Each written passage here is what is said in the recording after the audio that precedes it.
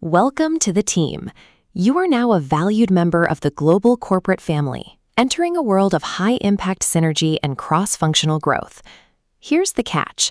Multinational firms successfully brought Western management structures and office layouts to India, but they left the Western concept of a 40-hour workweek behind.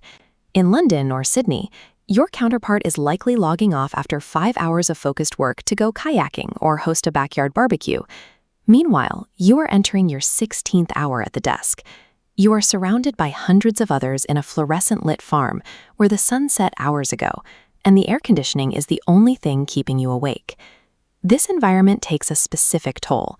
It's a place where a permanent spinal slouch is the standard posture, and unpaid overtime is rebranded as showing initiative.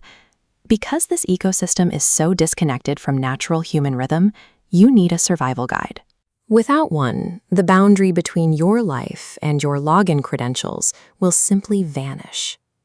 Your first major obstacle is the mid-level manager. They are a corporate specialist whose primary skill is the strategic interception of credit for work they didn't actually perform. They generally avoid the actual labor of production, focusing instead on the endless maintenance of Excel trackers and data entry sheets that monitor your every move.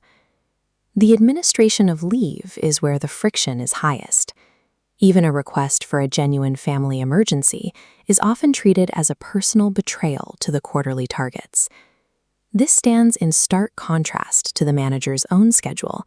Their extended family members appear to have a recurring habit of passing away exactly when a long weekend is approaching. Surviving the manager isn't about hitting your KPIs. Instead, it's about mastering the corporate theater, the art of looking completely swamped while actually doing as little work as possible. The second hazard is the psychological tax of forced politeness, or what we call the language of fakeness. A senior executive in a boardroom is shouting at you because a font size on a slide is 2 points too small. You feel an immediate, visceral flash of anger. Instead of reacting, your brain engages a corporate filter, processing raw frustration into a sanitized email, ending with regards. We can translate this dialect. As per my last email means I've already told you this. Let's take this offline means stop talking now. Eventually, the shift ends. You walk out into Cyber City in Gurugram, a sprawling commercial district housing hundreds of global firms. But the corporate nightmare hasn't ended. It's just changed locations. This is the third hazard, the office cap. You are trapped in a slow-moving metal box, navigating some of the densest traffic on the planet. This commute becomes an awkward social limbo. You are forced to navigate small talk with coworkers you've spent all day avoiding, while the driver asks increasingly personal questions about your salary. The boundary finally collapses when a boss demands you join them for late-night drinks, effectively dragging their messy personal life into your few remaining hours of freedom. Since the grind follows you from the office to the highway, the only way to cope is through the digital community of fellow sufferers. These common workplace grievances have unintentionally created a large-scale digital economy. The widespread frustration of India's white-collar workforce became the primary inspiration for a wave of digital comedy and relatable sketches. You've likely seen these clips on your feed.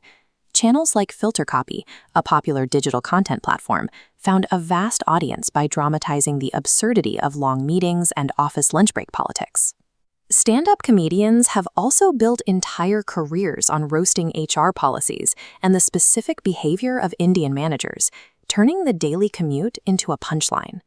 While these videos provide a moment of catharsis, they also keep a specific fantasy alive, the idea of finally walking away. In many cubicle farms, the conversation eventually turns to a recurring daydream, the day you finally hand in your resignation. The cultural icon of this startup escape is Jitendra Kumar. He's become the go-to actor for representing the transition from a frustrated employee to an independent founder. His background makes the connection real. He is an alumnus of IIT Kharagpur, the Indian Institute of Technology, one of the nation's most competitive engineering schools, giving him a first-hand perspective on the high-pressure path his viewers walk. He became a star playing Jitendra Maheshwari in TVF Pictures.